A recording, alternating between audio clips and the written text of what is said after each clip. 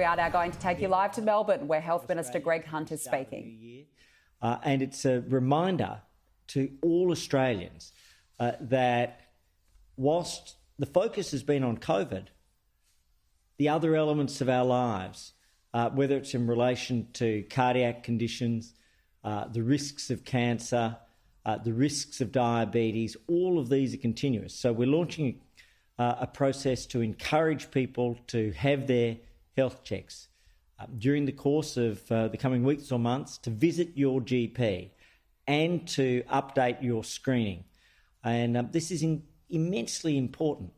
For example, in relation to the 3 national cancer screening programs, there is the cervical cancer screening program every 5 years, the bowel cancer screening program every 2 years with the home kits, and the breast screen program every 2 years for women aged 40 to 74. And if you are due, or in fact if you're overdue for your screen, please catch up. This is a chance in the new year just to focus the mind on, I have to catch up with my breast, my bowel, my cervical cancer screening, or if you haven't seen your GP and you are due to see your GP, please come forward to do it. They're doing a great job. So the other thing that I want to emphasise is that we are in particular focusing on reducing smoking rates and Indigenous smoking rates. 19,000 people a year lose their lives in some way, shape or form to smoking-related conditions.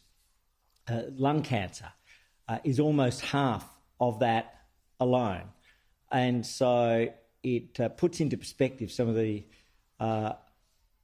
tragedy we've seen in the last year, knowing that each year, every year, 19,000 people lose their lives to smoking conditions. So we are launching a $180 million Indigenous Quit campaign designed by and with and for Indigenous Australians to help them reduce the rates, which are 3 times that of the national average. So this is a particular blight and a particular scourge on Indigenous Australians. And frankly, to those tobacco companies that are targeting Indigenous Australians, stop it. It's disgusting, it's deadly, and frankly, it's completely inappropriate.